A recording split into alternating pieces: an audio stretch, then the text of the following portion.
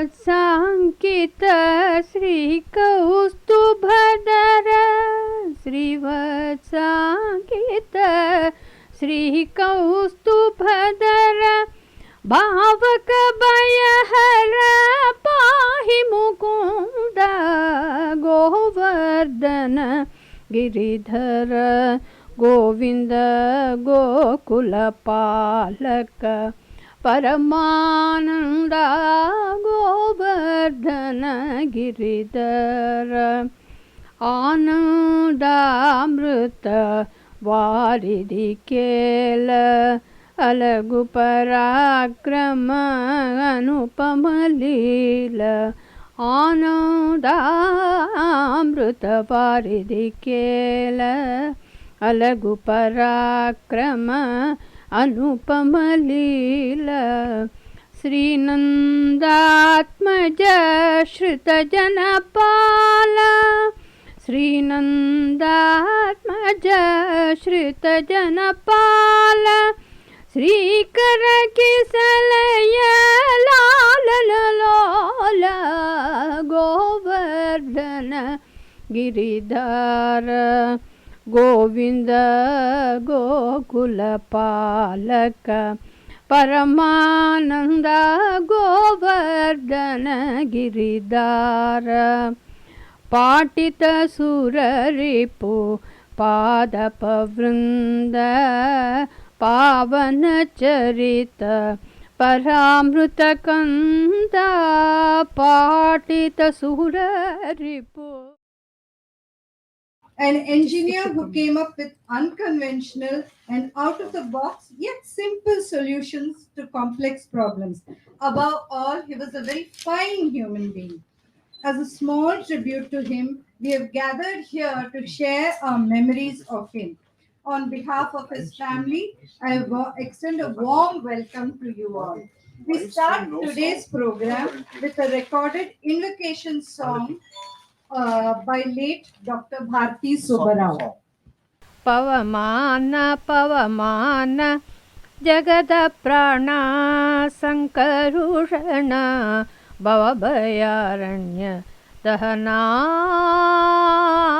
पवना ಶ್ರವಣವೇ ಮೊದಲಾದ ನವವಿಧ ಭಕುತಿಯ ತವಕದಿಂದಲೇ ಕೊಡು ಕವಿಜನ ಪ್ರಿಯ ಪವಮಾನ ಪವಮಾನ ಜಗದ ಪ್ರಾಣ ಸಂಕರುಷಣ ಭವಭಯಾರಣ್ಯ ದಹನಾ ಪವನ ಹೇಮ ಕಚ್ಚುಟವು ಪವಿತ ದರಿಪ ಮಾರುತ ಕಾಮಾದಿ ವರ್ಗರಹಿತ ಕಾಮಾದಿ ವರ್ಗರಹಿತ ವ್ಯೋಮಾದಿ ಸರ್ವವ್ಯಾಪುತ ಸತತ ನಿರ್ಭೀತ ರಾಮಚಂದ್ರನ ನಿಜದೂತ ರಾಮಚಂದ್ರನ ನಿಜದೂತ ಯಾಮಯಮಕ್ಕೆ ನಿನ್ನಾರಾಧಿಪುದುಕೆ ಕಾಮಿಪೇನಗಿದು ನೇಮಿಸಿ ಪ್ರತಿದಿನ ಈ ಮನಸ್ಸಿಗೆ ಸುಖ ಸ್ತೋಮವ ತೋರುತ ಪಾಮರಮತಿಯನ್ನು ನೀ ಮಾಡಿಪುದು ಪವಮಾನ ಪವಮಾನ ಜಗದ ಪ್ರಾಣ ಸಂಕರುಷಣ ಭವಭಯಾರಣ್ಯ ದಹನಾ ಪವನ ವಜ್ರ ಶರೀರ ಗಂಭೀರ ಮುಕುಟಧರ ದುರ್ಜನವನ ಕೂಟಾರ ದುರ್ಜನವನ ಕೂಟಾರ ನಿರ್ಜರಮಣಿ ದಯಾಪಾರ ವಾರ ಉದಾರ ಸಜ್ಜನರಗ ಪರಿಹಾರ ಸಜ್ಜನರಗ ಪರಿಹಾರ ಅರ್ಜುನಗೊಲಿದಂದು ಧ್ವಜವಾನಿಸಿ ನಿಂದು ಮೂರ್ಜಗವರಿವಂತೆ ಗರ್ಜನೆ ಮಾಡಿದೆ ಹೆಜ್ಜೆ ಹೆಜ್ಜೆಗೆ ನಿನ್ನ ಅಬ್ಜ ಪದದ ಧೂಳಿ ಮಜ್ಜನದಲ್ಲಿ ಭವವರ್ಜಿತ ನೆನಿಸೋ ಪವಮಾನ ಪವಮಾನ ಜಗದ ಪ್ರಾಣ ಸಂಕರುಷಣ ಭವಭಯಾರಣ್ಯ ದಹನಾ ಪವನ ಪ್ರಾಣಪಾನವುದಾನ ವ್ಯಾನ ಸಮಾನ ಆನಂದ ಭಾರತಿ ರಮಣ ಆನಂದ ಭಾರತಿ ರಮಣ ನೀನೇ ಸರ್ವಾಧಿಗೀರ್ವಾಣ ತ್ಯಮರರಿಗೆ ಜ್ಞಾನ ಧನ ಪಾಲಿಪವರೆಣ್ಯ ಧನ ಪಾಲಿಪವರೆಣ್ಯ ನಾನು ನಿರುತ್ತದಲ್ಲಿ ಏನೇನೆಸಗುವೆ ಮಾನಸಾದೆ ಕರ್ಮ ನಿನಗೊಪ್ಪಿಸಿದೆನೋ ಪ್ರಾಣನಾಥ ಸಿರಿ ವಿಜಯ ವಿಠಲನ ಕಾಣಿಸಿಕೊಡುವುದು ಭಾನು ಪ್ರಕಾಶ ಪವಮಾನ ಪವಮಾನ ಜಗದ ಪ್ರಾಣ ಸಂಕರುಷಣ ಭವಭಯಾರಣ್ಯ ದಹನಾ ಪವನ.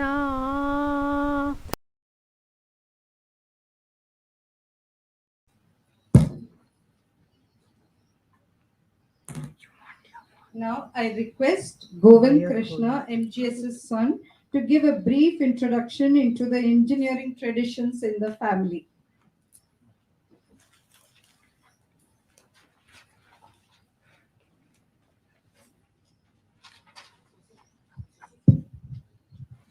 Good morning, everybody. It's great that all of you joined us. And, we as family members of MGS have a different perspective and different knowledge about him. You as colleagues and students have a completely different perspective. So this is an opportunity for us to share what we in the family know about him, and also to learn from all of you what you knew about him, because many of that we did not know. So I'll just run through very quickly the history, right? His father, M.A. Govind Rao, was called MAG. He did his PhD in England and came back to India. He started the chemical engineering department in Indian Institute of Science along with Dr. C.V. Raman. Okay. And afterwards, AC College of Technology in Guindy invited him to start chemical engineering in Chennai. So he went across to Chennai and started chemical engineering in AC College of Technology. Okay. And when he started that, World War II was in progress. So, and very early days of engineering. So there was no ready-made equipment available at all. And huge shortage of anything, steel, anything which you wanted to buy, cement, everything was in short supply because of the war. In fact, the early days, the classes were conducted under a tree. So the building was built, and just he had to start the laboratory on his own. So he completely developed the laboratory in AC College of Technology. Doing this, he became an expert glass blower. So much of the equipment he personally created with his own hands. At this time, MGS, as my dad is commonly known to all of you, was a student as well as later a lecturer in AC College of Technology. So he saw this entire laboratory being set up there, and then he came over to KREC in the early days. And when he came, the 1965 war with Pakistan was on, and again, no equipment available, shortage of all raw material. This is the situation he faced. And so he set up the complete laboratory, fabricating much of the equipment, and the students helped him. Some of the students who were there in those days and colleagues who were there in those days would remember all that happening, and I'm sure it was an exciting time. Professor Anant, who is the ex-director of IIT Madras, was MGS's student. So he just sent me a message saying that the laboratory that was set up in KREC for the chemical engineering was an extraordinary one. It was far better than the laboratory in any other institute. And he's talking even of IIT Madras till around the 90s.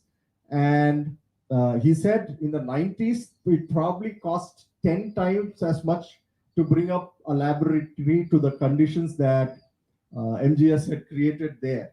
So that was what he recently shared. Just a few days back, he shared that. And as a result of that, AC College of Technology as well as KREC, what has happened, many colleges in Karnataka as well as Tamil Nadu have this setting up the laboratory on their own has kind of become a tradition. Now, of course, new colleges don't do that, but SIT Tumkur also something similar happened. Pondicherry also something similar happened, is what many people have shared. Hello. Oh, okay. This is slightly better. So that is the situation. So I chose to become a mechanical engineer rather than a chemical engineer. But MGS's brother's son, who was named after his grandfather, Govind Rao, has become a chemical engineer. He is now Director Center for Advanced Sensor Technology and Professor Department of Chemical, Biochemical and Environmental Engineering in UMBC in Maryland. Okay. And so he is a third generation of chemical engineers. My son Prahlad is also a chemical engineer who is working as an assistant manager in the process engineering department in L&T Chiyoda. He started his career in MCF. So he's a fourth generation chemical engineer. Okay. So this is our family tradition of engineering. I just spent a few minutes talking about what we call Subba Rao solutions, right? He was, Appa was a very much hands-on person. For him, everything is an engineering problem which needs to be solved. And that's what he used to do. And he used to always tell me about a story that one of the heaters in MCF, there was a hot spot forming on the skin. So the management called him, he looked at it and said, just spray some water on it. It's okay, you don't have to worry about it. But which is his simple, practical solution, saying that it's not becoming that hot and it should be okay. And he used to tell me that the management said, no, this is not okay. I mean, how can we do such a solution? So they contacted, I think Ude was a consulting firm at that time with MCF. Ude sent back a complicated diagram saying, place a water jet this many meters from this much volume of water, this is the angle, and and they charged obviously a ton of money for all that, right? But basically it was the same solution. And this is what my brother and I refer to as Subba Rao solutions, that simple, practical, inexpensive, right? Those are that's the way he used to do it. And that tradition is also continued. I still remember in my college days in the summer, I'd gone for training to Mysore Kirloskar in Harihar. Mysore Kirloskar used to make lathes and machine tools and sell it to the railways. They were facing a huge quality control problem because there was the decibel level of the gears in the gearbox of the lathe had to be below a particular level, and they were really struggling. So I went there as a summer trainee. I went through that. Nobody told me about that, but I had studied in IIT Madras, and the lathes in our lab there used to be so silent. And when I walked up, this lathe used to be screaming. Right? And I said, why? So I investigated and found what was the problem. And this when I discussed it, they said, "No, this is a serious problem you're facing. But how do we solve it?" And the solution involved buying a very expensive machinery. So I said, "Give me 2 days." So I went and studied the entire process, and I came back and told them, after precise calculation, put a piece of sellotape here and a piece of sellotape here. Your problem should be solved. They tried it, and the problem was solved. Again, a typical Subba Rao solution. My cousin Govin, who is in Maryland, he has come up with some outstanding Subba Rao solutions. We have a video by him, and he will be talking about that. Um, Prahlad also suggested a Subba Rao solution in MCI. Prahlad, will you come and share that?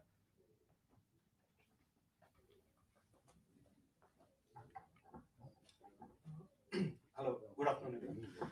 So, the Subba Rao solution, as such, as my father is referring to, is when I joined MCF. I was in the technical service. When I was in the technical service department, for decades, what has happened is that first, in the ammonia plant, you have the primary former, secondary former, HT catalyst, and after some heat exchanging and other equipments, you have your LT catalyst. So for decades, what is happening is you have to heat all the primary former, secondary former, and HT catalyst using nitrogen, which is introduced in the primary former. So my HOD, I think, sorry, my deputy HOD, he had experience in some other plants, and he said the HT catalyst is being heated by firing in the primary former, and it has to carry all the way down till the HT catalyst. So you're taking lots of time to heat up that HT catalyst. So we have, for the LT catalyst, we have a separate steam heated steam heater. So which is used primarily just to heat the LT catalyst when we bring it online. So actually, when we are heating the HT catalyst, the LT steam heater is lying dormant. There is steam available, the heater is available for use, but it was not being used. So I suggested, we can have a tapping from the inlet of the HT line to the steam heater, and heat it in the steam heater and send it back to the HT catalyst, so that you can heat it independently of the primary and secondary former. And this just involved, two tappings from the existing line to the steam heater, and the shell of the steam heater had to go up one rating, so that it would be suitable for the higher pressure gas. So with this way, no installation of any equipment, no big investment, no civil work, nothing. Just a small few two tappings and increasing the shell rating. So he also continues the Subba Rao solution tradition. And now I'd like to share a few simple Subba Rao solutions. You see this flower, how is it there? Okay, how is the flower staying there? Like here, it's clear. My father in the puja room, we have many photographs and all pictures. So he wanted to put one flower for each photograph. So he carefully took a wire and pliers and created a 3D shape, which you just fit on the frame, and it allows you to put some flowers. So we have these things on every photograph in our puja room.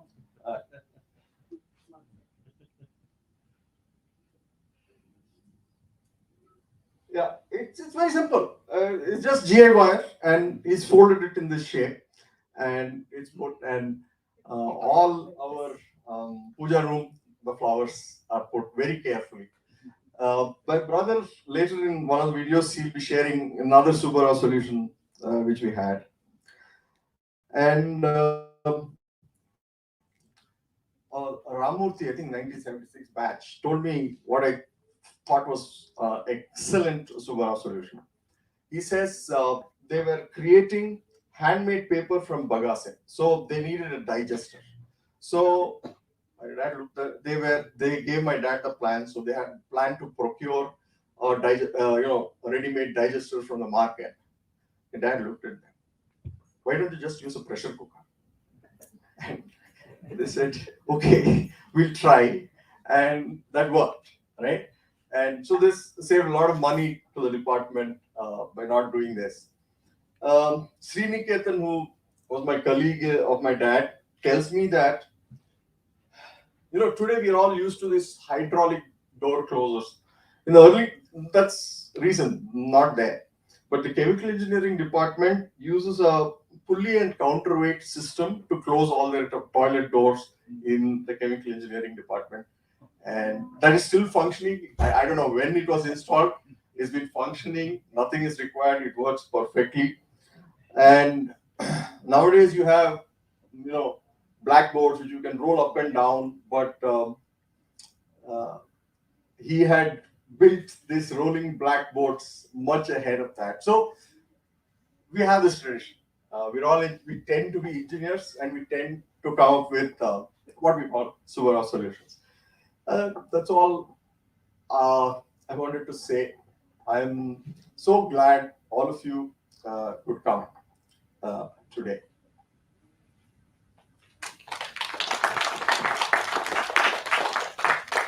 I now request Dr. P.N. Singh to come and share his memories with MGS.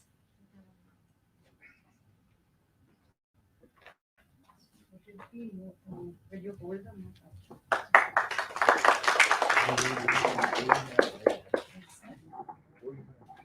Would you like to sit up? I'm quite comfortable.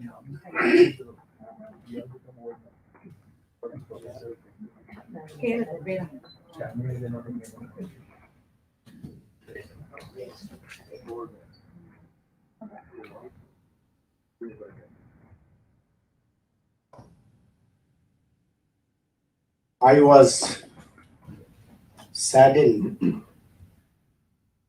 when suddenly I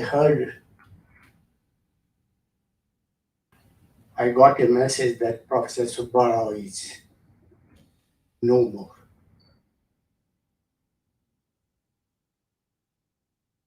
I immediately tried to talk to one of his close friend, relatives, and nephew, Professor P. Srinivasa Rao, that look here, I have received a message of this. He said, yes, it is true. Said, I would like to rush and convey my heartfelt condolences and my respect to Professor Subba Rao. Then he informed me that cremation will take place around 3 p.m. And I rushed and I met, I saw it. And it's a great loss for me, and I can understand what would be the loss to the family members. So my heartfelt condolences to Govind Krishna and all the members of families, all the near and dear friends of Professor Subba Rao. One need not have an ideal condition, nor one should have the support of fancy technology. Subba Rao was a person, and already many things have been told about him by Krishna. But I have learned he has been my mentor, and I have learned all that what I am today. I was for over 22 years his colleague.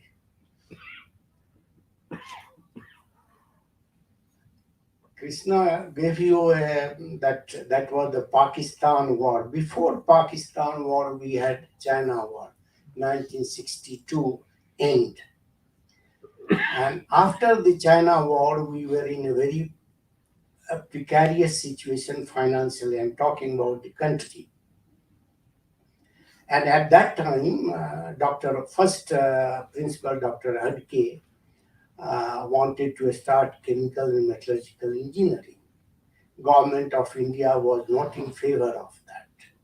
But somehow his access to the state government was so much. I'm talking about the Dr. Adke's access to the state government was so much that he could convince the state government, and it was started.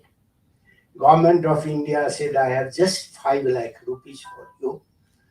I give 5 lakh for chemical engineering, 5 lakh for metallurgy, and I have no other funding. I won't give you any.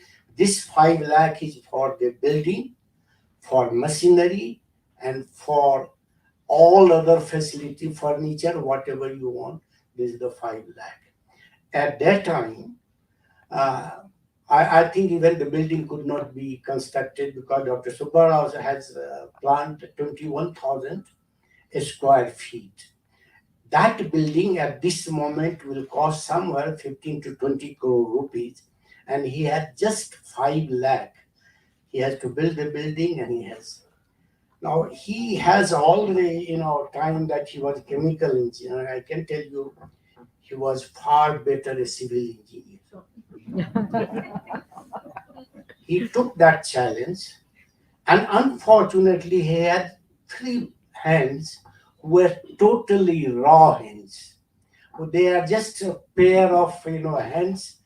They couldn't do much, and they couldn't help Professor Subba Rao much. The first person to join him was his own student, Professor M.S. Kamath. He was just a graduate. He was working somewhere in Bombay, and when he heard Professor Subba Rao had joined at the head as a head of department,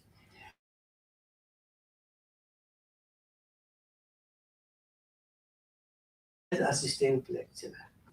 The other 2 person was Professor Charlu, and the next person myself. Uh, None of Subba Rao didn't have any chance to select these 2 guys, Charlu and me. From the government of India came a letter that these 2 guys will come and join the college department of chemical engineering. So Professor Subba Rao, when he saw me, he thought I cannot be PNC. I said, I am PNC. He said, no, I don't, how do I take you? I thought a person with a beard and turban will come, as they say. Then he was the first, the faculty member of KREC at that time, whom I met. I came at 6 p.m. in the evening. We went to the Dr. Adke's house. He was not there. So some guy from there brought me, and he just very nearby was Professor Subba Rao's house.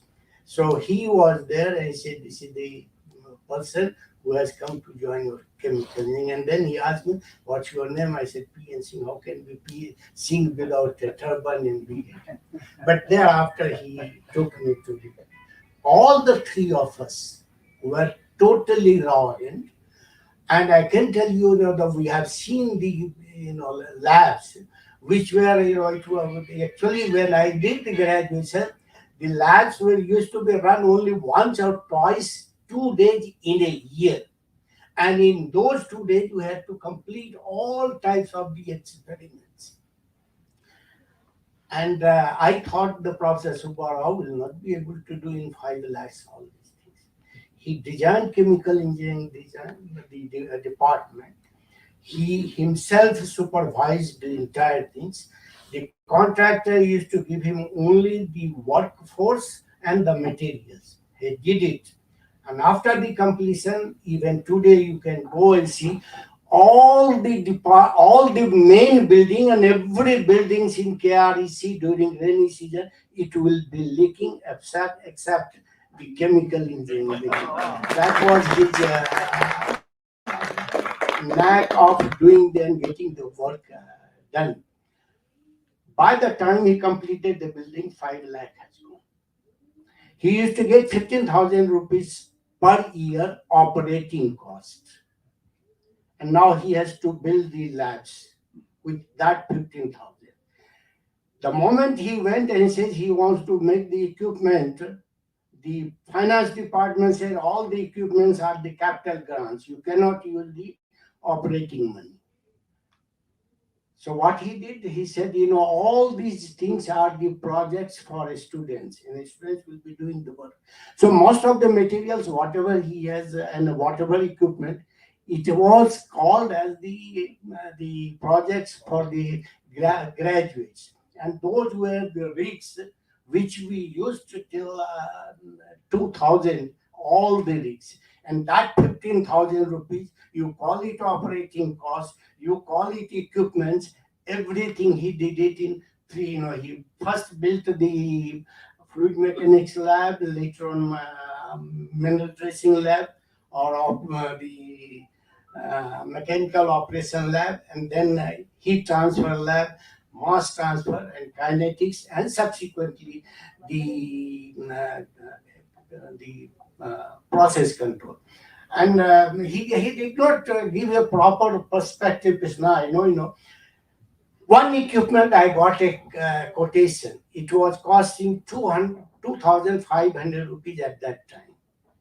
And Subba Rao says, "Why do you want? I'll get it done in less than 100 rupees. That equipment I could get it done in the department. Less than 100 rupees. That was the Subba Rao's approach in all the things." I was, the Subba Rao immediately when I'm a totally theoretician. And Professor Subba Rao is a brilliant engineer.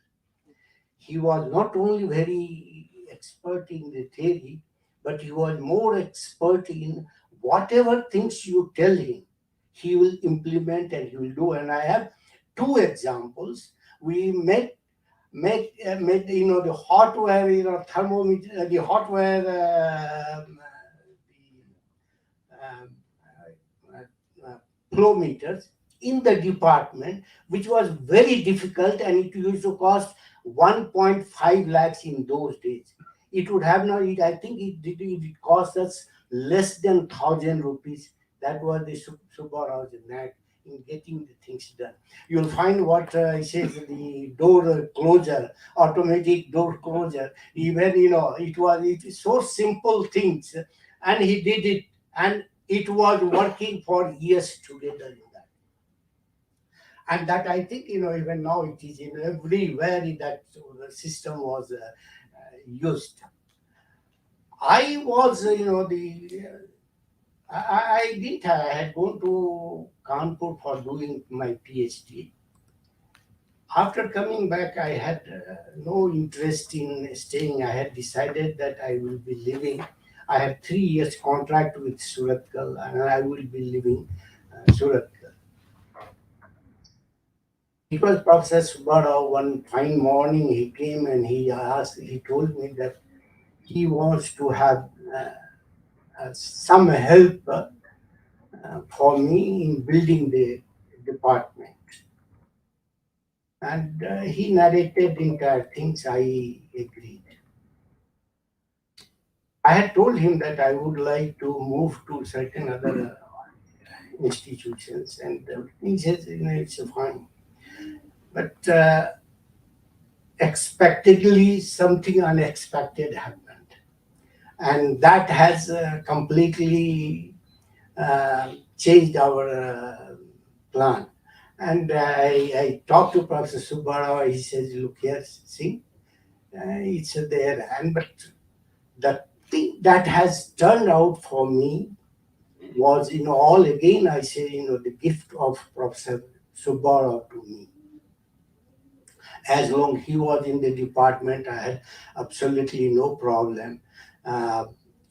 Because most of the typical the subjects he would ask me to teach, and I was quite comfortable in that.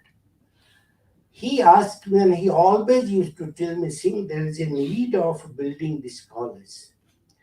The departments and other things he did, there is a very much need, that the department, the college should be." And at that time, we were totally, it's a affiliated college. Most of us used to rush to the university First, we were affiliated to Mysore University, and later on Mangalore University. He wanted some things that it should be done, it should go beyond that level. He started the PG course in 1971, and then he was trying that whether this institute can be, graded to the higher level. And he chose me that I will be the right person to take that work. So slowly he asked me to leave the department and go to the central administration.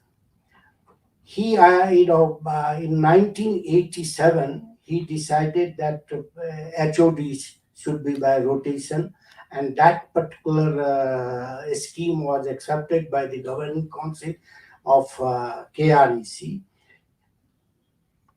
I was asked to take the headship, but I could not complete. I was only for 2 years as a head of the Department of Chemical Engineering, and I moved to the central administration as a dean of planning and development. And after that, everything is a history that I was the last principal, or I am the last principal of KREC Suratkal. It got during my regime, upgraded to the deemed to be university, and happened to be the first director of Surat.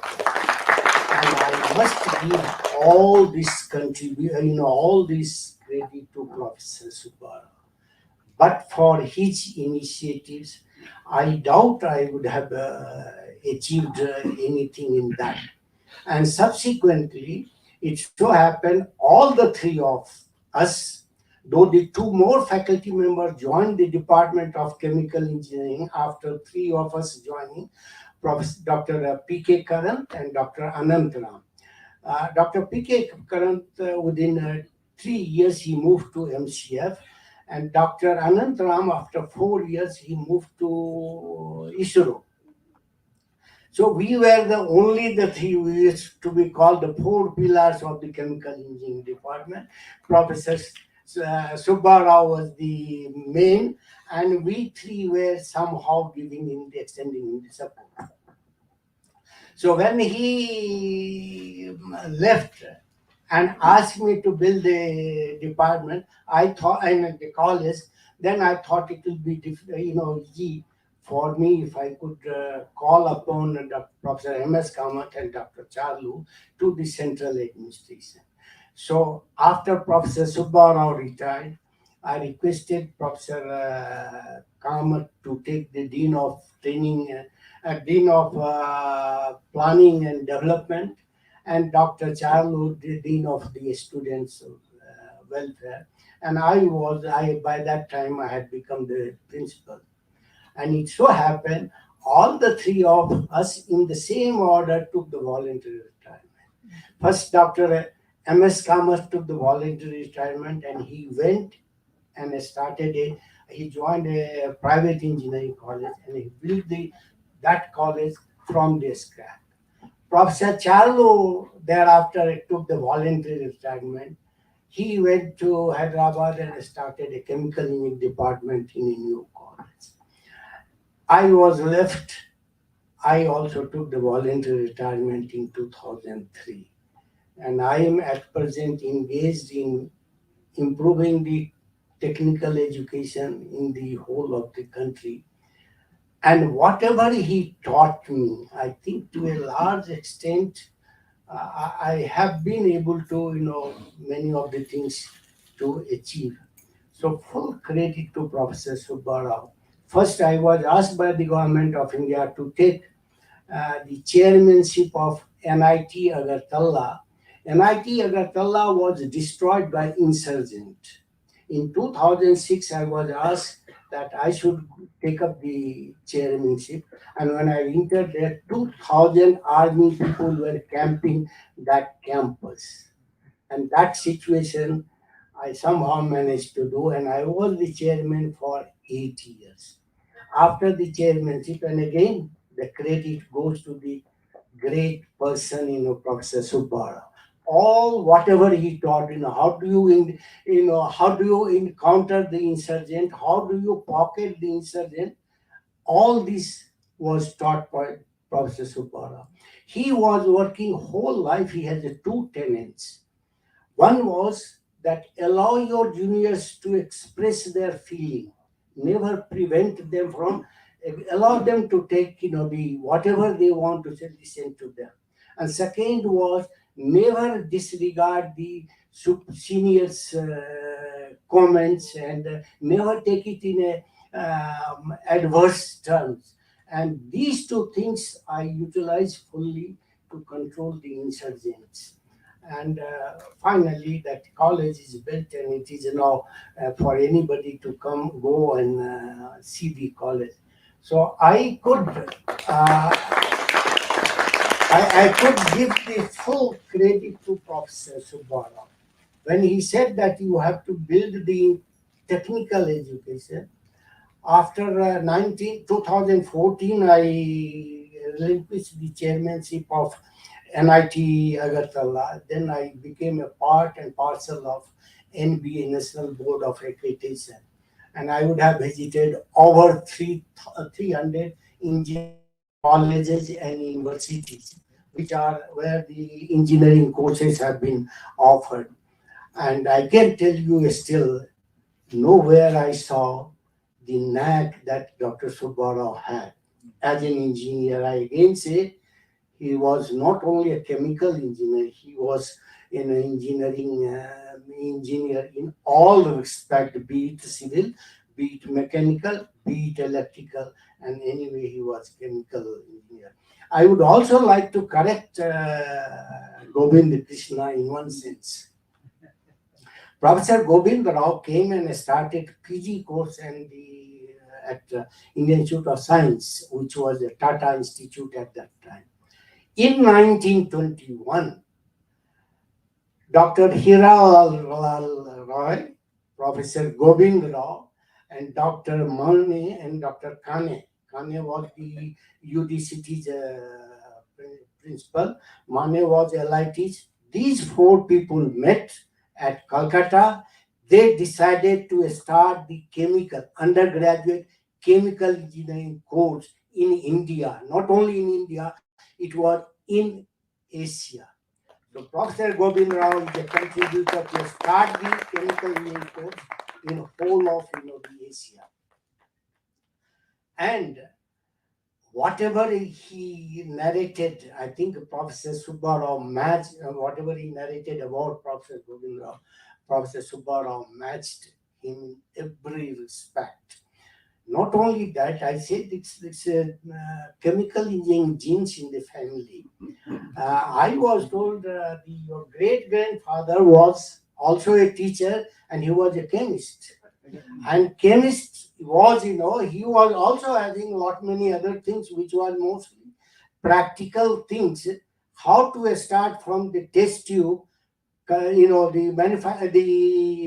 create same materials in larger quantity from the test tube experiments. And that's what Professor Subba Rao used to tell us about his grandfather. So I think entire family, it's genetically.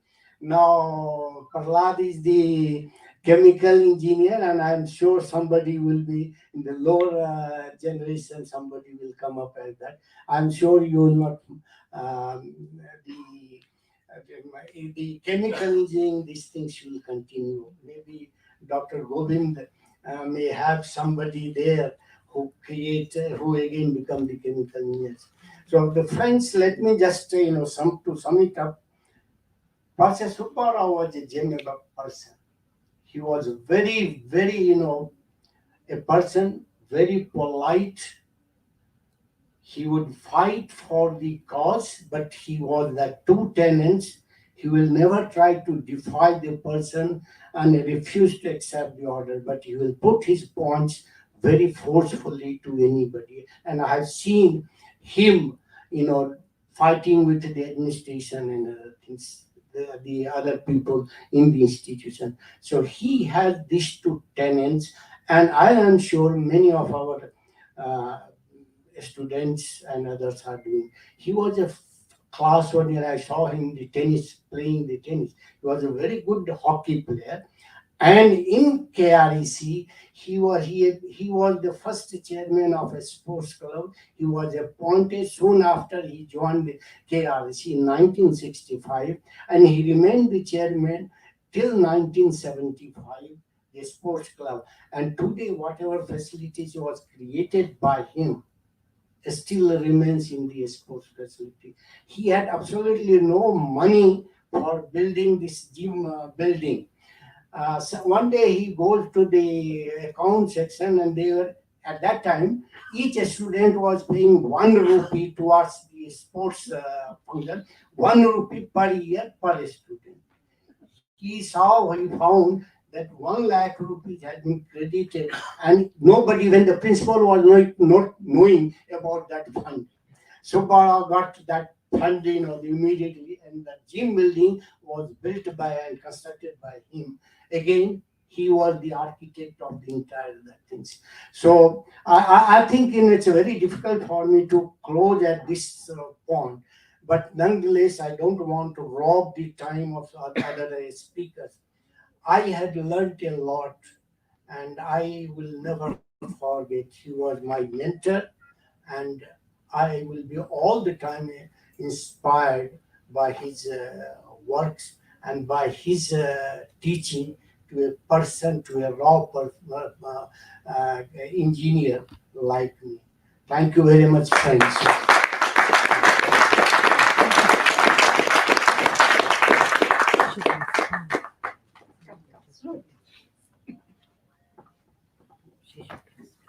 Thank you, sir.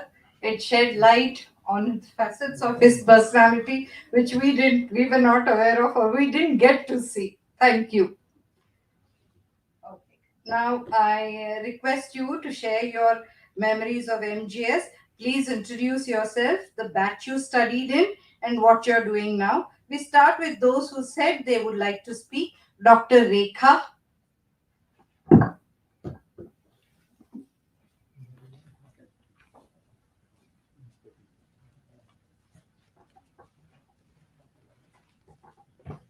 Oh, yes, please go ahead. Good afternoon.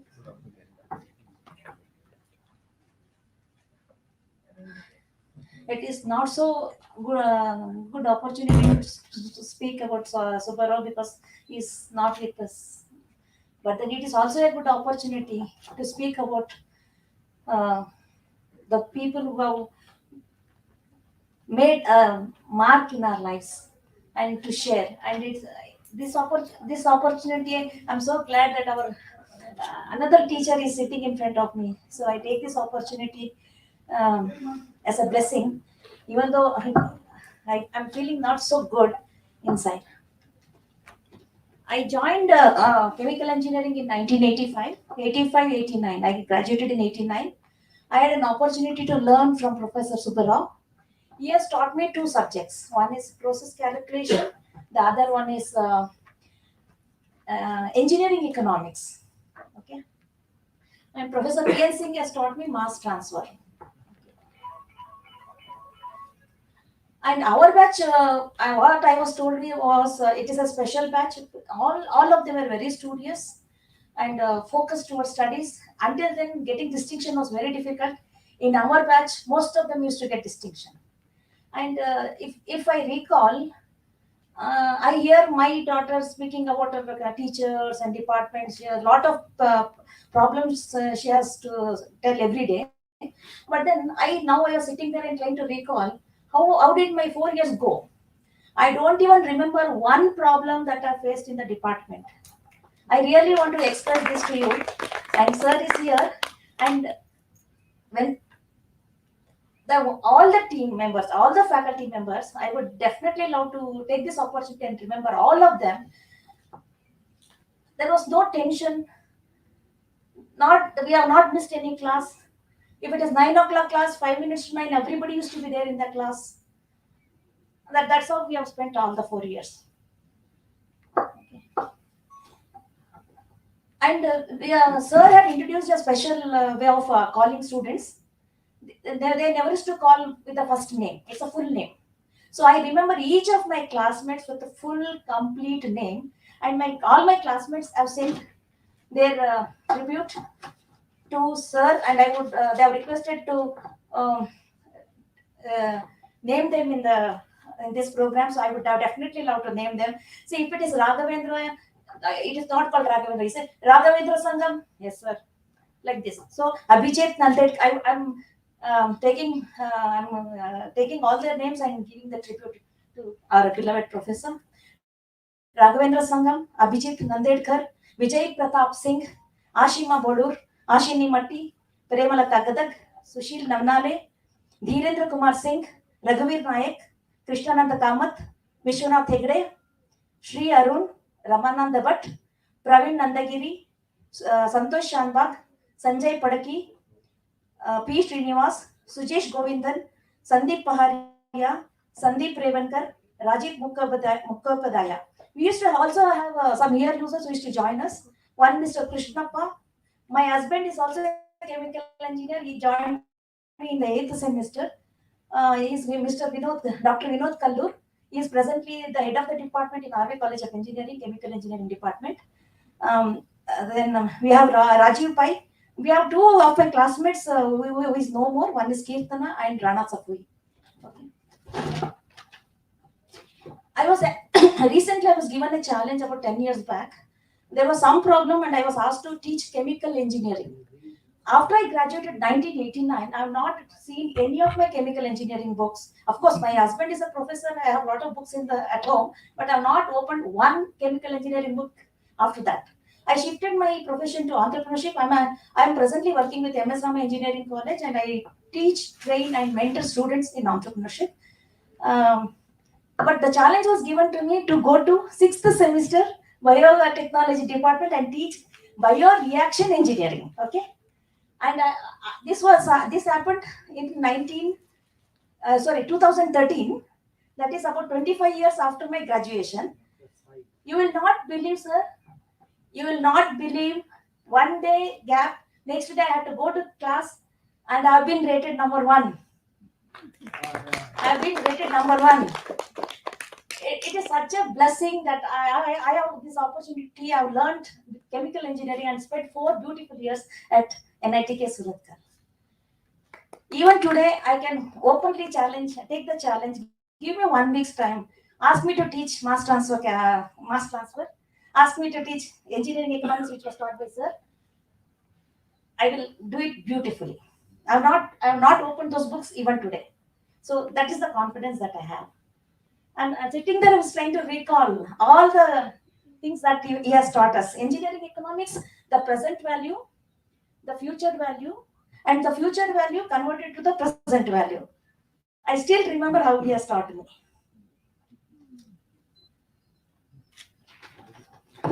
Can we?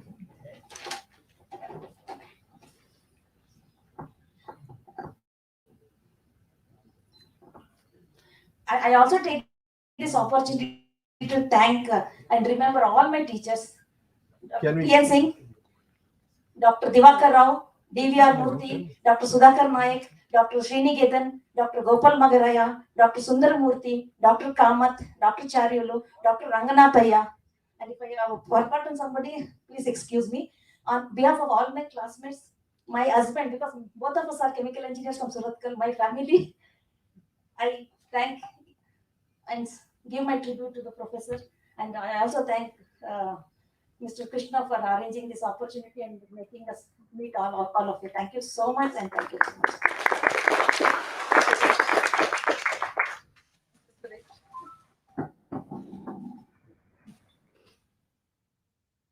Thank you, madam. Thank you, madam. Mr. K.L. Suresh.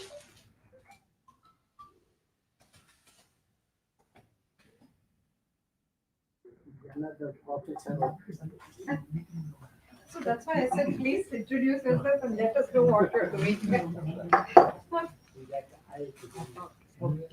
Good morning, everyone. Good afternoon, actually.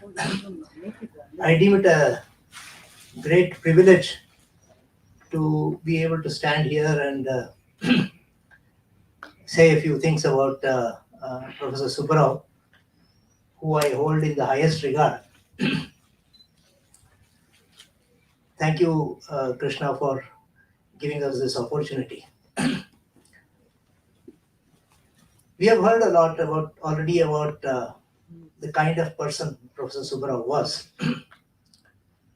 A quintessential academic, a superb engineer, and his engineering skills spanned the entire spectrum of engineering disciplines. And as Professor Singh said, it was not confined to chemical engineering. He was a total engineer. He was a great administrator. He built up the department from scratch and made it one of the foremost engineering departments at that time, as long as he was there. And above all, he was a very warm human being.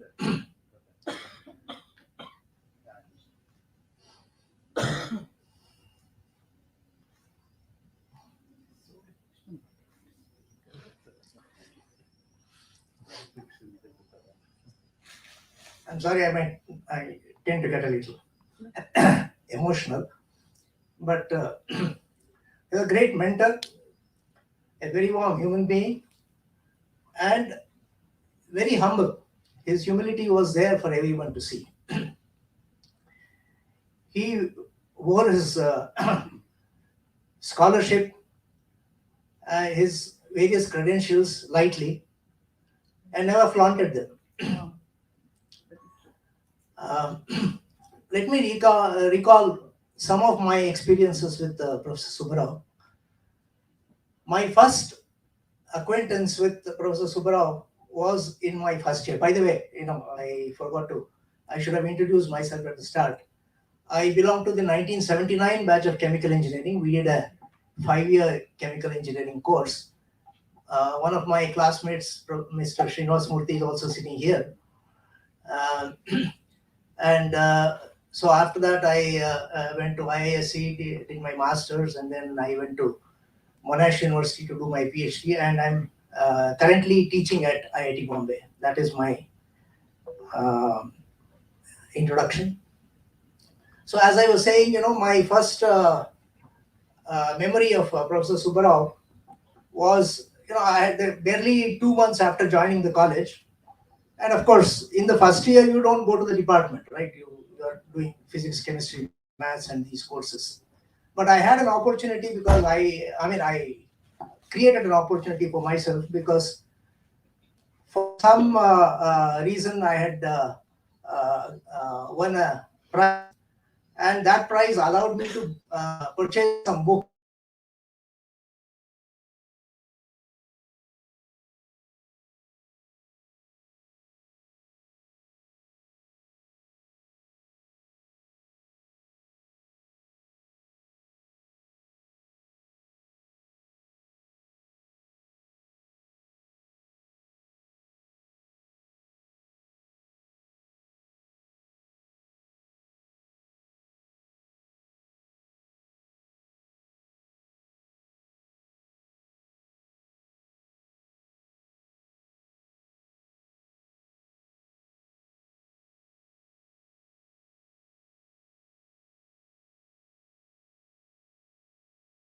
So on. And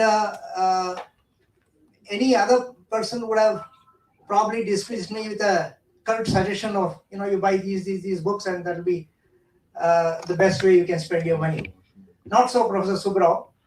He talked to me for quite a few minutes, and then advised me to buy the 3-volume set of Coulson and Richardson and the chemical kinetics book on chemical kinetics by J.M. Smith. And I made really good use of those books, and they are a wonderful gift from Professor Subba Rao, I would consider. And more than the content of those books, it inculcated in me the habit of reading. And that is the most important gift anyone could give me. So, and then we as we came into the third year, our classes began to be held in the chemical engineering block. Incidentally, at that time, chemical engineering and I think metallurgy were the only 2 departments which had their own blocks. Otherwise, all the other departments used to have their classes in the main building. So chemically, we had our own block, and we were very proud of it. And Professor Subba Rao taught us the subject of equipment design. Total clarity on the subject, total mastery on the subject. And one of the reasons why I still remember that course is many years later, when I started teaching at IIT Bombay, Professor Narayan Murthy, who used to be the head of the department at that time, he had been taught by Professor Subba Rao in AC Tech. So he calls me one day to his office and says, Suresh, I have a difficulty finding an instructor for this course on equipment design. Will you take it up? My PhD was in a totally different area, and my expertise, my research area was also different. So I must have sounded a little hesitant.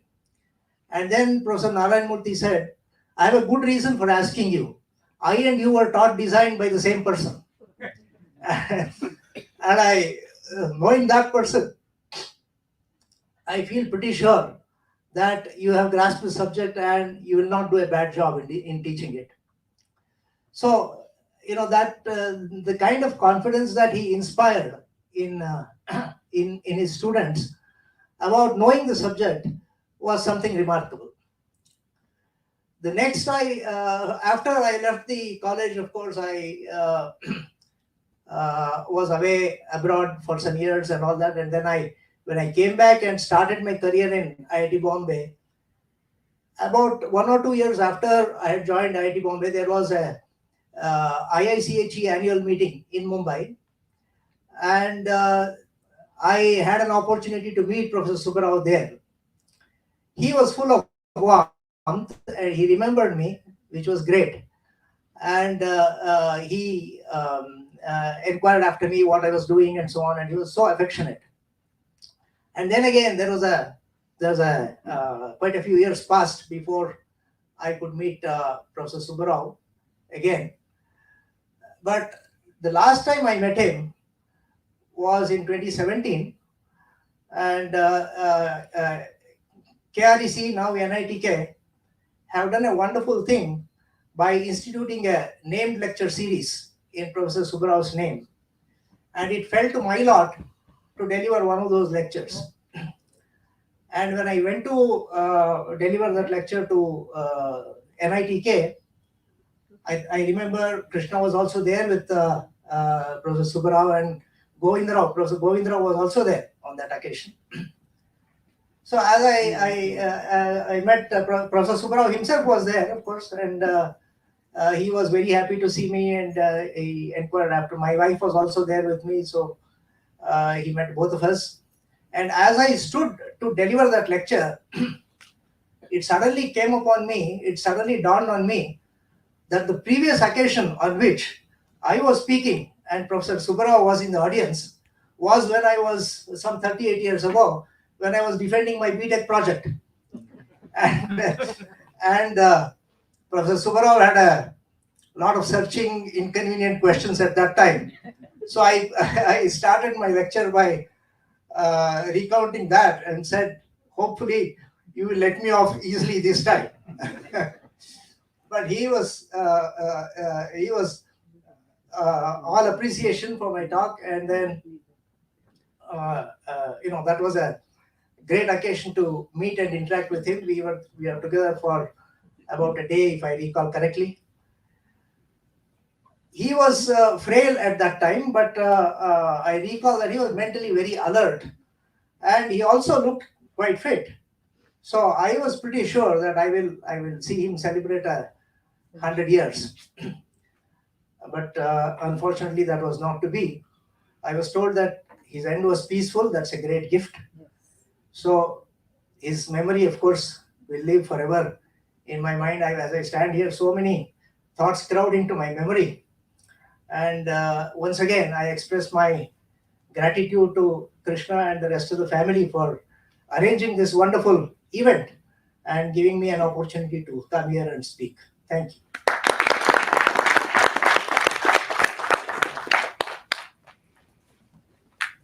Thank you. I call upon Mr. Sham Sundar Adyananta. Adyantaya.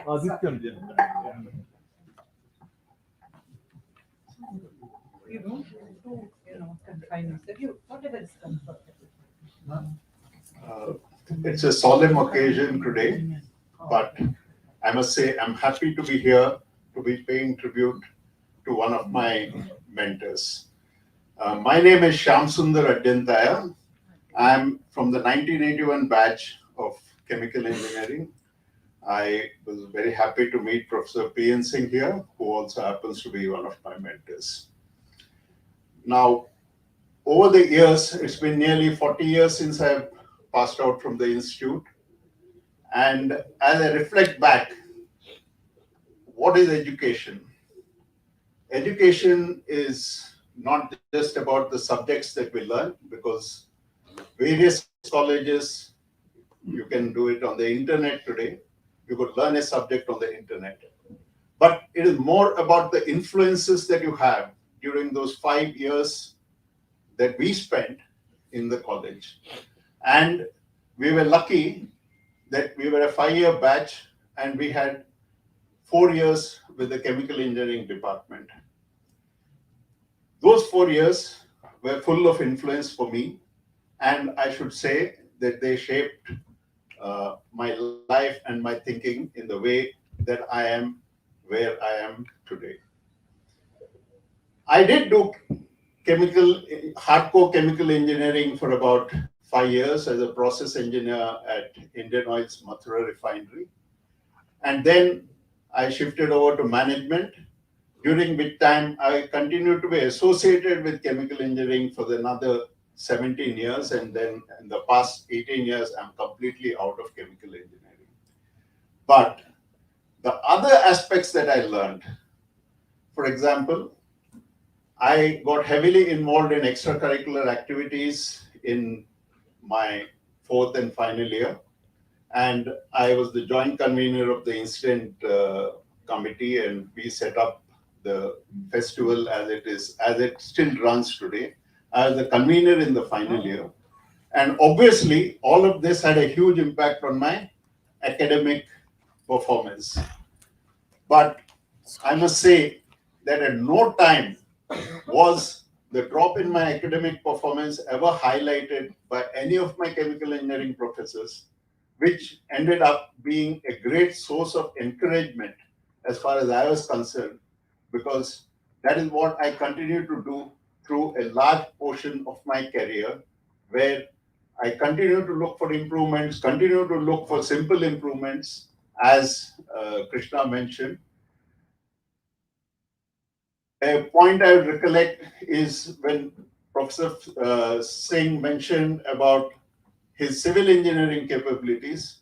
In fact, the Student Activity Center that was built in 1980 was with him as the helm of that project, with me as an active student member of that project. And that is where whatever Professor Singh recollected came to the fore for me. I'd like to leave this brief. Again, I thank Dr. Subba Rao for all that he has influenced in my life. Thank you. Thank you. I invite Mr. Prasad.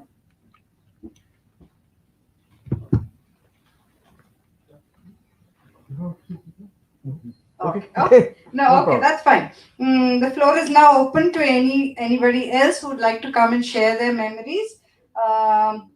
Only request is to restrict it to 2 or 3 minutes. Yeah, come.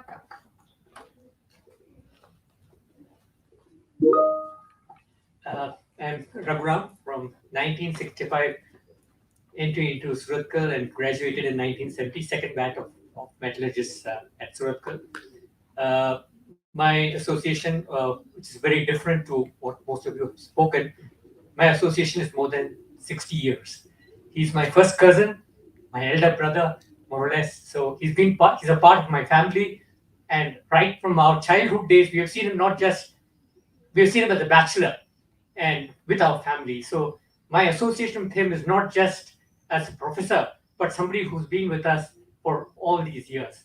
So for me, so naturally I took full advantage of his knowledge, his association, and his depth of everything that he does. So he's been my guide, not just the 5 years that I was in Suratkal, but forever. So that's the type of relationship he's been having on all of us. And of course, there were a few good things that happened. The only way I was ahead of him was I joined Suratkal 10 days before he joined. That's the only way I was ahead of him. He joined about 10 days after I joined Suratkal. Maybe it was also nicely exploited because most people came to know that he's my first cousin, and so nobody to dare drag me during setting it.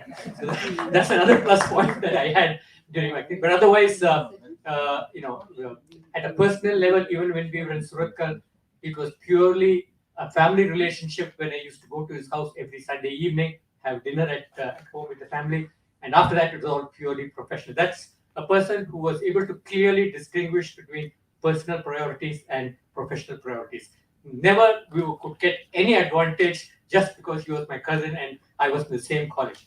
At the same time, he also took a few courses for us, I think in middle dressing, and that's something that it's very rare to see somebody whom you see as a child sitting in front of you as a professor and talking to you. So that's the type of association. I'm also very happy that other members of the family are here.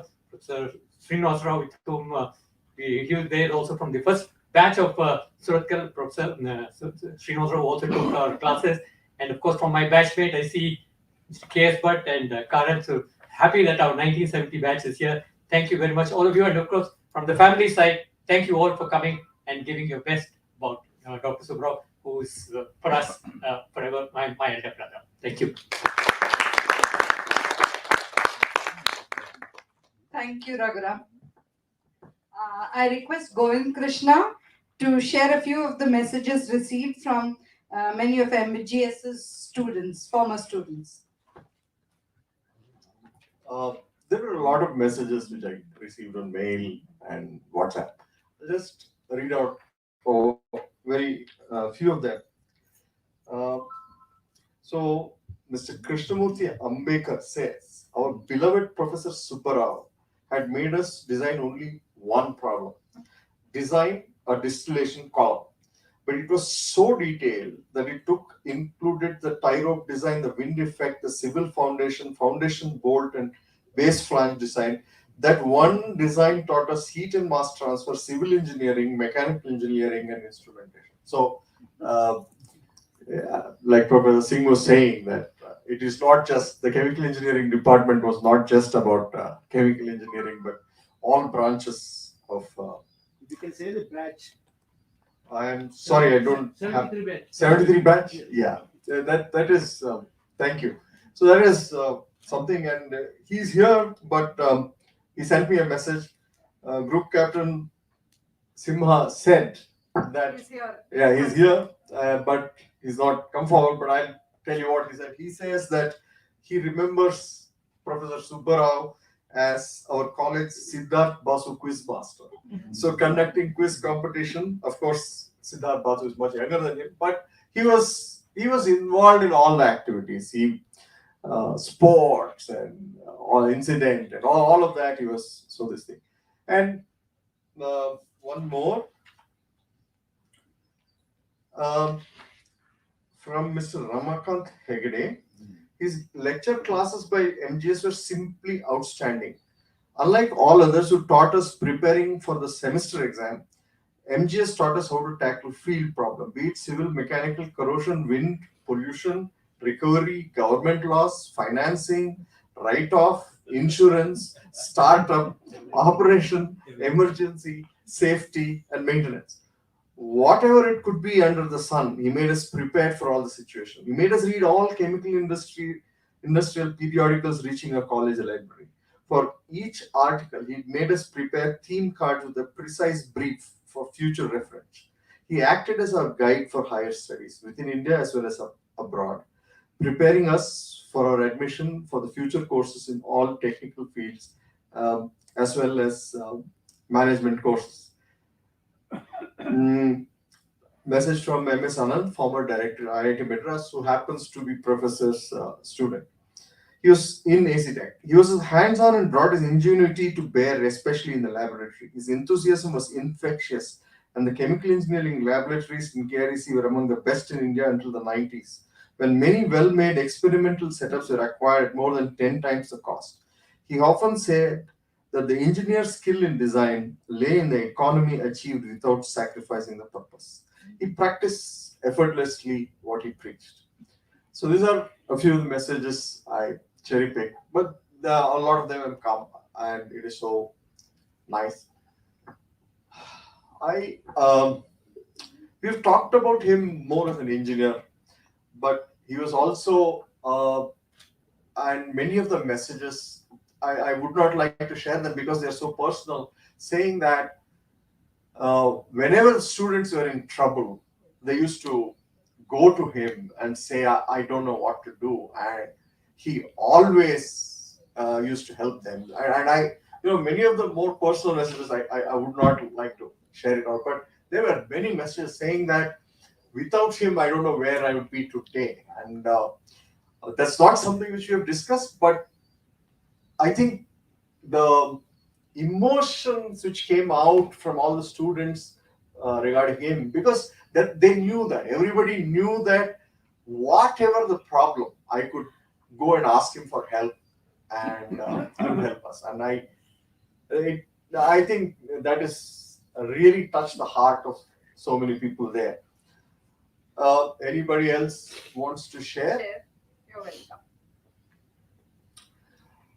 Okay. Otherwise, we have a few videos. Yeah. We'll start with a video from my brother. Thank you, everybody, for coming, both virtually and in person. Welcome on behalf of my elders, my older brother, Govind Krishna, GK to some, my middle brother, and I am Abhi, or Satyanarayan to some. Well, my father did have 3 children. My oldest brother, Govind Krishna, and 2 years after that, the chemical engineering department of KREC, and 2 years after that, I came into this world. My father was generous with his love and affection, and he treated us all equally and gave us all an equal amount of love and dedication. And we have no reason or rancor, and we have no reason to be upset, to be upstaged by the Department of Chemical Engineering. It's, after all, my middle sibling will probably carry the legacy of MG Subba Rao and Professor MG Subba Rao much further than his human children ever could dream of. And the crowd assembled here is ample proof of that, I believe. While you know of MG Subba Rao, the professor, let me talk about the man, MG Subba Rao. He was an engineer. Yes, he was an engineer when he was in the department, but he was an engineer deep down into the core of his being, in a way. Let me illustrate this with a story. My mother made rava laddus, and rava laddus were really quite the best I've had, and a very fond childhood memory. There was perfectly roasted rava with ghee and sugar and cardamom, raisins and cashews, and like I said, a very fond memory. And it was very popular at family gatherings, and we would make them and take them there. She would make these laddus and put them in stainless steel containers. And these get-togethers would sometimes be in places like Bangalore or Madras. Now, so this container would go with us and the night bus from Mangalore to Bangalore. And humans barely made it. The rava laddus never stood a chance. At the end of the trip, there would be crumpled powder was all that was left of the rava laddus. They would be, stirred into some hot milk and served as payasam or kheer. So for my father, this posed an engineering problem. And that's how he approached this. He built this contraption. It was a small stainless steel pedestal of sorts. And on top of that was a tube that fitted and articulated perfectly. And there was a steel rod, like a pipe, which fit into it like a piston into a cylinder. And the way this was accomplished was there was an assembly line. My mother would start the task by taking a small handful of the prepared rava laddu mix and put it inside that tube. My father would tamp it down with that steel piston, shall we say, and he would put a metal or a wooden block on top of this. And my task was to hammer it down as hard as I could and provide the compressive force necessary. And after this was done, my father would extrude this perfectly formed cylindrical rava laddu. And then we would, like a smoothly oiled assembly line, make perhaps 100 of these. And my father would assemble them in a spiral, almost in a hexagonal pattern at the base of a stainless steel container, and put a layer of newspaper and cloth, and there would be a second layer and perhaps a third layer, and they would be sealed and ready for transport. And every single cylinder survived. And they would be served at family weddings, and people would be mystified by this peculiar sweet dish until they bit into it and realized what it was. And this amused my father greatly. So that's how he was. An engineer down deep in from within his genes, almost. I mean, he got the engineering gene, I suppose, from his father, who was chemical engineering as well. And he passed that engineering gene to my brother.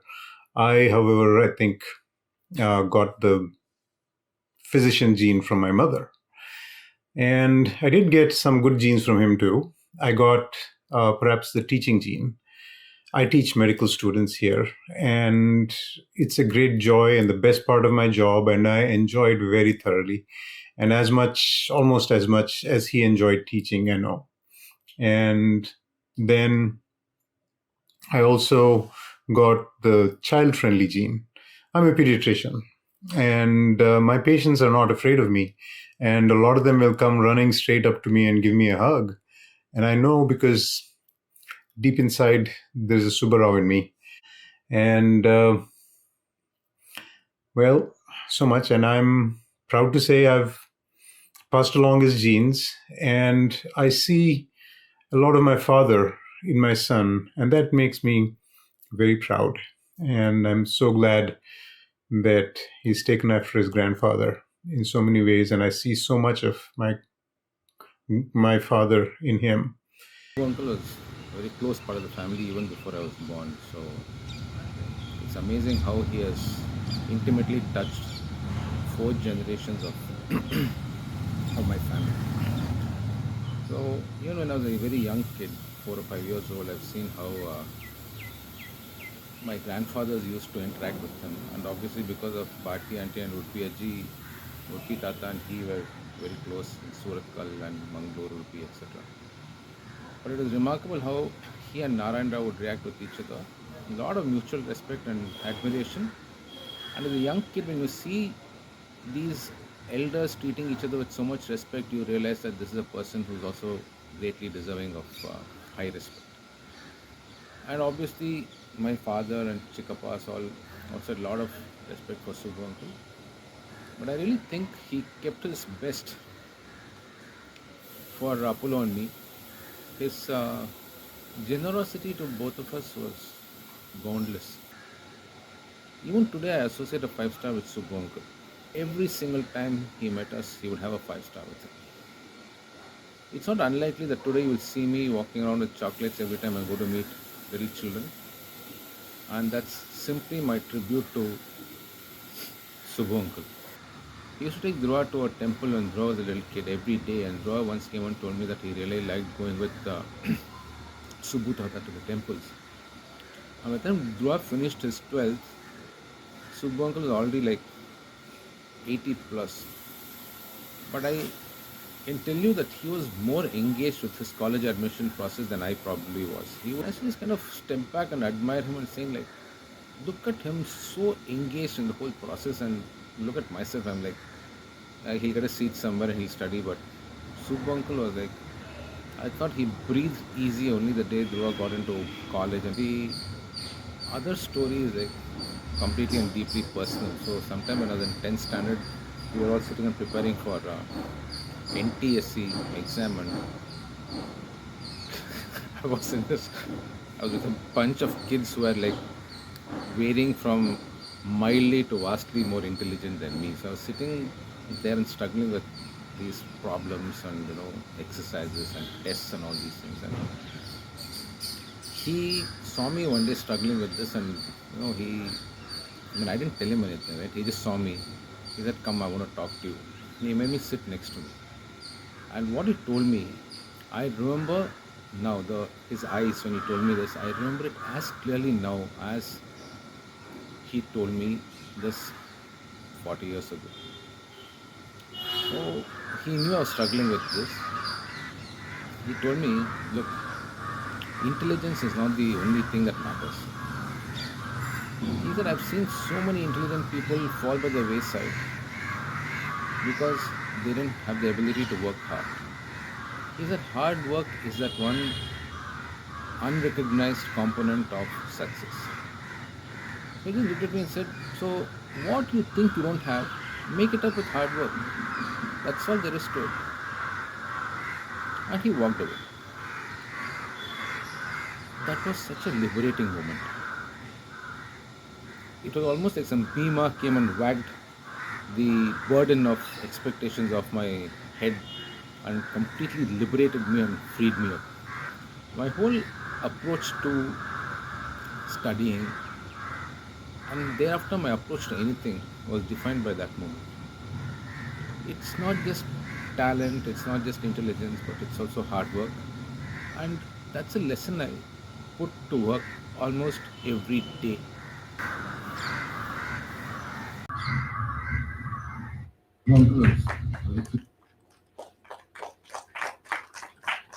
Uh, that lesson was something that my father passed on to many people, saying that, talking about the importance of hard work.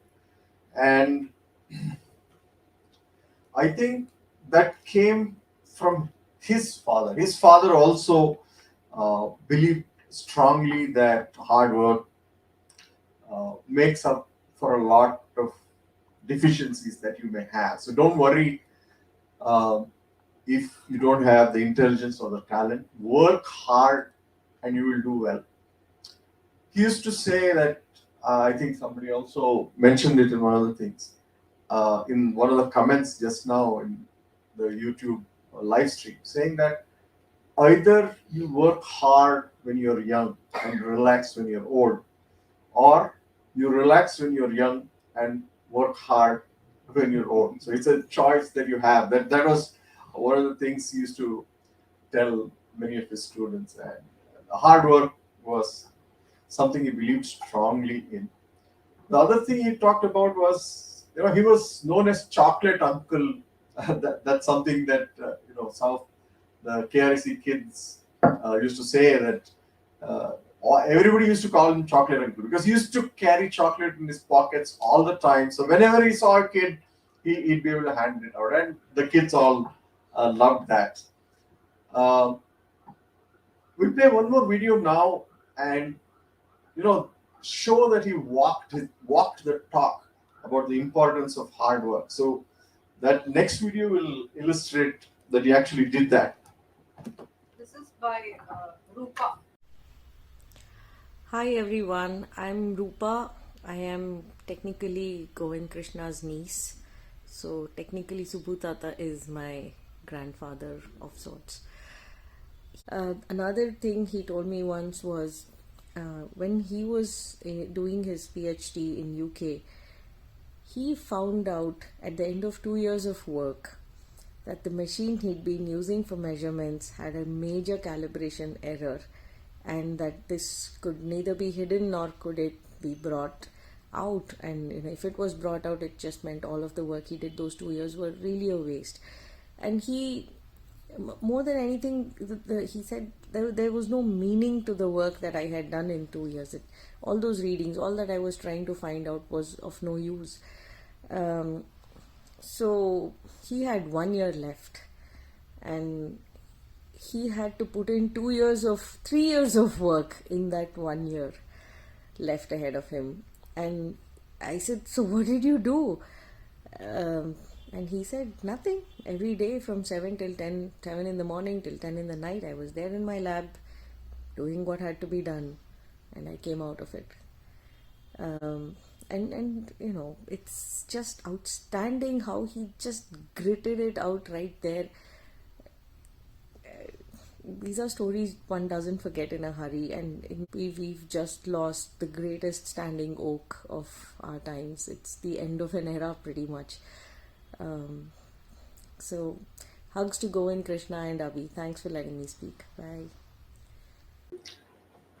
The last video which I'll be playing now is of my cousin.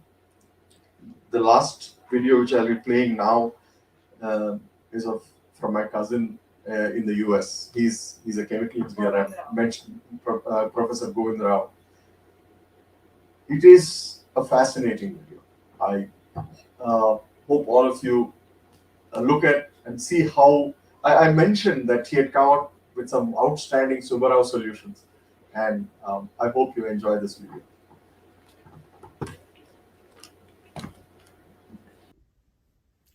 Namaskara Dodappa. This is a message for you on this happy occasion when you're supposedly entering Vaikuntha. I can't help imagine you doing that and looking around you in amazement at the amazing sight of Narayana, whose name you've always invoked throughout your life, lying on Adisesha with the lotus from his navel and the ocean of milk. And I can't help but imagine that the engineer in you won't be thinking, I wonder what sort of pollution control they have to keep this ocean white all the time. Or I wonder how exactly that lotus is suspended from the navel on such a fine structure. That engineer in you is something I'm privileged to have inherited, and it's been such a part of my life. And I'm doubly privileged because in addition to carrying your academic legacy forward, which you inherited from your father, after whom I'm named, I also had the privilege of having you as an incredibly loving uncle who was part of everything that I did throughout my life. Starting professionally, it was very clear that you were a different thinker. You always looked for the practical solution, and I could see in myself more and more as the years went by that I had inherited this strong streak from you and your father. Much of our engineering is what your students elegantly refer to as the Subba Rao solution, finding something that's optimal, finding something that does the job without spending a lot of money, and does so in a very practical manner. And I'm really thrilled that some of this sort of jugaad plus high-tech engineering have combined in my own life. One of the things that I was very proud of to share with you was our cardboard incubator. Millions of babies die worldwide every year because they're unable to keep their temperature thermoregulated. And so this inexpensive, elegant solution of taking a piece of cardboard and cellophane and converting it into a servo-controlled incubator has successfully passed clinical trials. And I'm so proud that this will someday save millions of lives and continue to cement our legacy for low-cost, disruptive innovation. Another is our sort of something that was very dear to you because you always talked about chemical plant design, and is our entire pharmaceutical plant built into a suitcase. This is the biologically derived medicines on demand project, and someday I hope that this will make medicines at very low cost to help millions of people worldwide, including life-saving medicines like insulin, which Dodamma, your beloved wife, also depended on for so many years.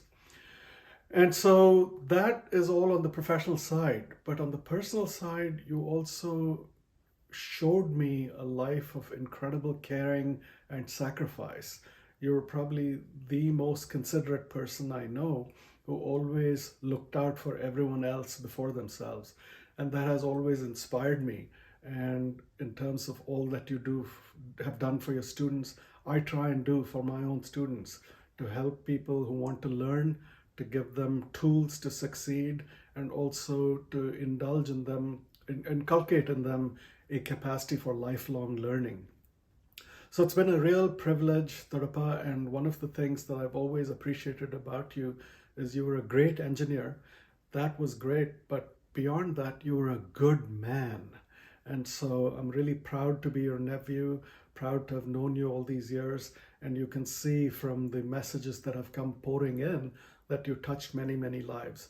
I remember many conversations we had, and one of the conversations you told me about was how you regretted not going into industry and how being an academic was something you never wanted to do. And I distinctly remember telling you that you've done more for industry as an academic than you would have if you had joined a company.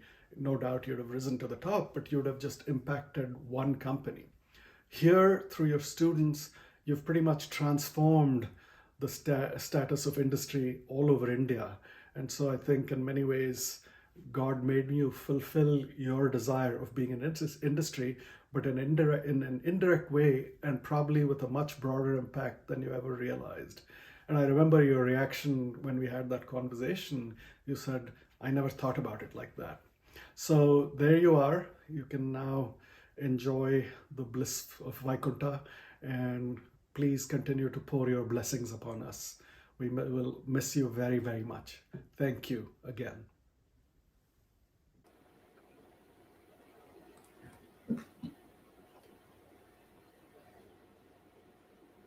Sharing your memories with us is enriching us, and we are truly blessed to be in Jesus' close family. I now call upon Sri MG's. No?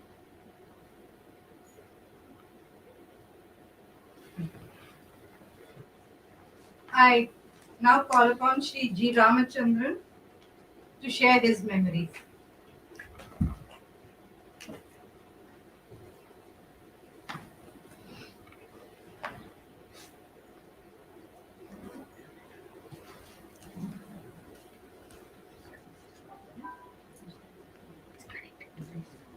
This is my father's younger brother, and His favorite book.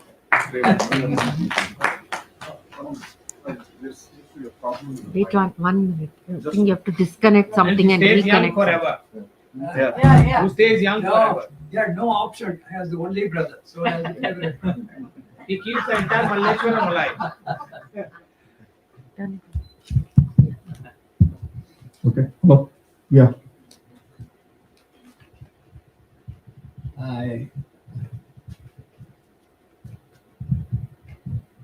Hello. Hello. Heard all the compliments and warm-hearted references to my brother, and somebody was very proud that 60 years he knew Subba Rao 60 years. Now I beat him hollow. I knew him for 90 years.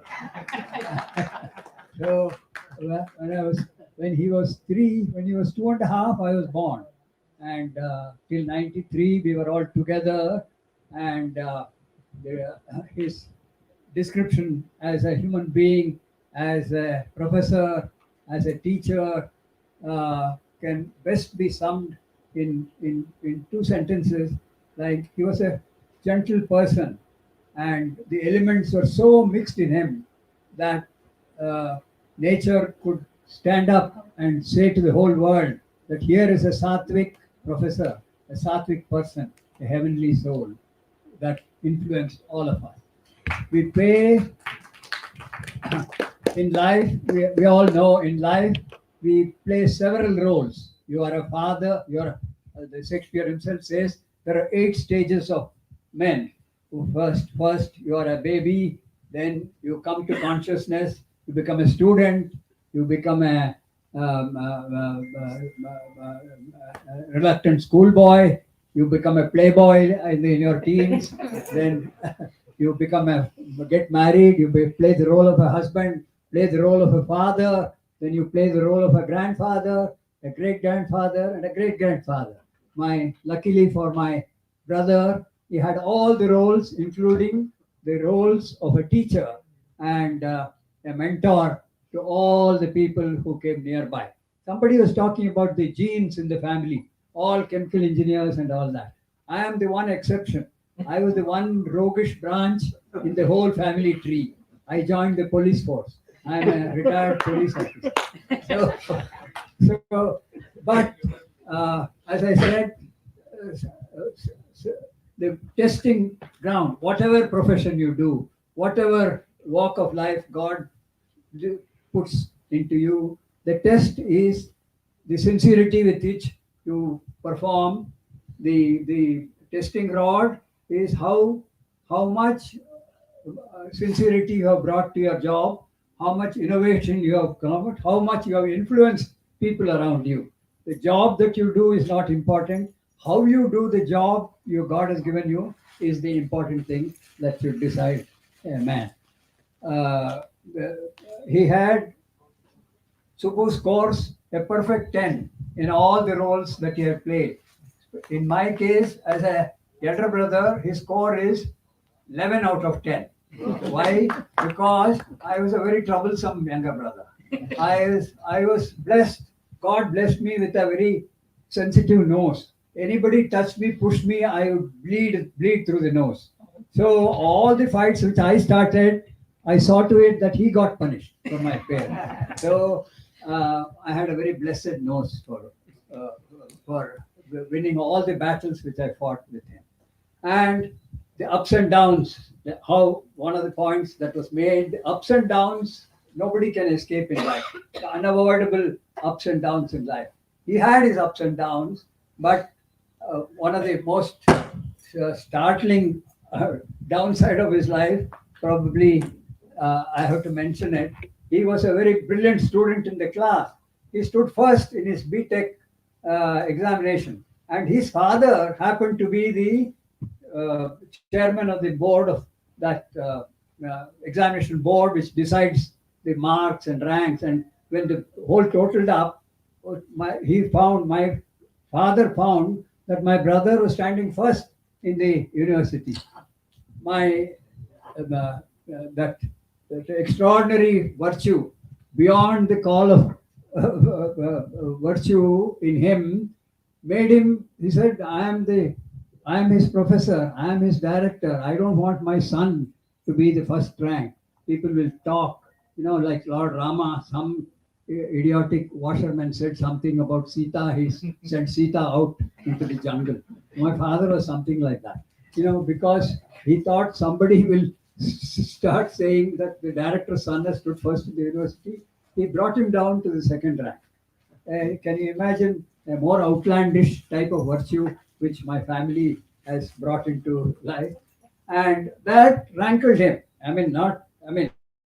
Deprived of what you deserve, not that you got it out of any favoritism or partiality, that rankled him. But he did not allow it to affect his other characteristics of love, affection, family, teaching, job. He did not allow it, but it did rankle him. Another rankling which he did was he wanted to be an industrialist. He wanted to enter industry. But the circumstances in the family were such that his presence in Madras with the family, my father passed away at a young age of 54. My brother was 23 or 24, I was 19, and we had two sisters to be married and educated and all that. So family was not, in many ways, not in a very comfortable condition. But he changed. From his role as a brother, he became a role as a parent to all of us. He guided us, he brought us up, and till we settled down, either through marriage or through profession, he saw to it that he discharged his responsibility both as a brother and as a parent. And simple solutions. And one comic simple solution. Subba Rao's solution was, I was a very mischievous kid. I told you I was the rogue branch of the family. Never good at studies, never proper. My teachers used to say he was in the sixth form, I was in the fourth form. So my teacher, mathematics teacher, found out that I'm Subba Rao's younger brother. Sometimes playing mischief in the class, he used to say, Ramu, you're Subba Rao's brother? How come you are like this? Kind of thing. They used to make taunt me with that kind of this thing. And simple solution. I was so mischievous at home that when my father returned from Indian Institute of Science, my mother was pregnant with my younger sister Jaya. So when my father came back from office, he found my mother crying. He said, "Why are you crying?" He said, "As long as Ramu is around the house, I don't think the next child will be born safely. It may be a stillborn child." I was so mischievous, so destructive, so mischievous, so unlike my brother. So Subba Rao came there and said, simple solution. Said, you extern him to my grandfather's house. So they sent me off to my grandfather's house. My two sisters were well born and well. So one of Subba Rao's simple solutions. And then, but here I will be remiss if on this occasion I do not place on record the Shravana, is it? What is his name? The Shravana, what is his name? The who devoted his life to Shravan Kumar. welfare? Shravana Kumara. The Shravana Kumara, one such Shravana Kumara is there, one such Shravana Kumara you saw.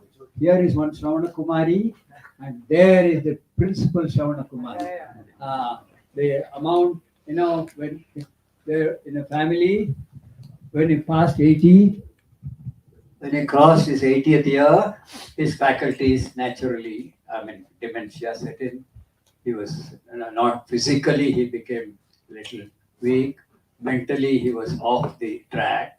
So the amount of care, the amount of readjustments they had to make within the family to look after him was something which nobody records it, what people expected to be doing.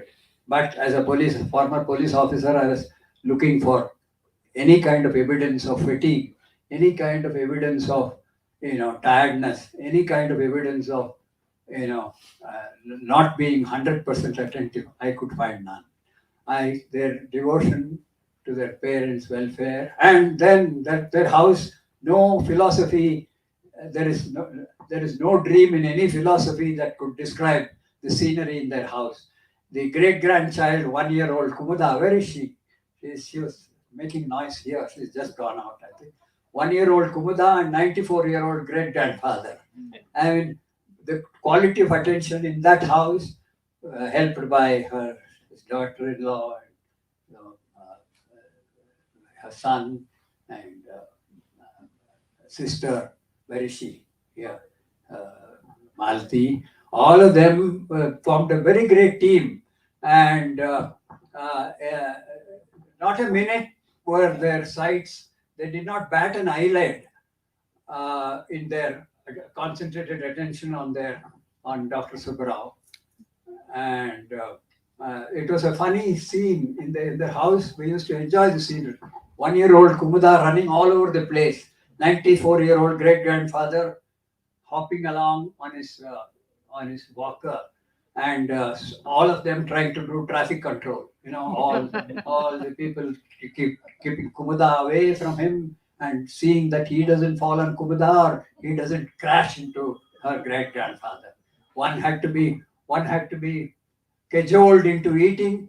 The other man had to be forced into eating. Subba Rao will not eat his food properly, and there was she commanding, "Tini, a palya tini, a paisa kudiri," something like that. It looked as though she was sort of admonishing him and forcing to do things like that. One had to be lullabied into sleep. The other had to be forced out of bed to get up quickly, because he used to sleep for hours together, and she thought it might affect his metabolism because he slept so much. So whenever I entered into their house, I said, "Ramu, go and wake up your brother, wake up your brother. So I had to go and wake up his brother like that, so that his metabolism is not affected. Such care, such this thing I'll miss him badly. Luckily we were only 4 streets apart, so I could go to him quite often, and he used to come out, sit me and talk to me. We used to do namaskar to him, and ದೇವರೆಲ್ಲ ಒಳ್ಳೇದು ಮಾಡಲಿ, ದೇವರೆಲ್ಲ ಒಳ್ಳೇದು ಮಾಡಲಿ. 100 times I have received his blessing that ದೇವರೆಲ್ಲ ನಿಮಗೆ ಒಳ್ಳೇದು ಮಾಡಲಿ. I will miss him, miss his talk and blessing, though he didn't communicate much. His body language was there, his gestures were there, his attitude was there. He's a loving and caring person. Very difficult to find a person like that, and we will miss him badly. From heaven, I hope we'll receive his blessings. We'll miss him badly and miss Kumuda also badly, because this combination, both the batsmen are out. He is gone to heaven, and she is moving into her parents' house in the next few days. So all that I can say is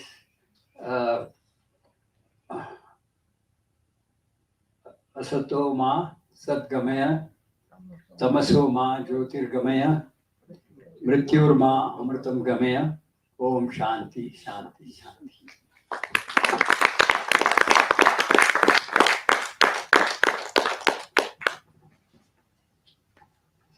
Thank you, Ram Uncle. We thank you all for taking the trouble to come here to be with us today. I thank you all. I thank all of you who have sent messages also. I thank my family for having helped us organize this event, and I thank the staff of Rejoice for making this happen. We are going to create a digital memories compilation and share it with you digitally, I think online later. So in true MGS tradition, as a reminder of the dinner he used to host for his final year students, I request you all to join us for lunch in the first floor in the dining area. Thank you.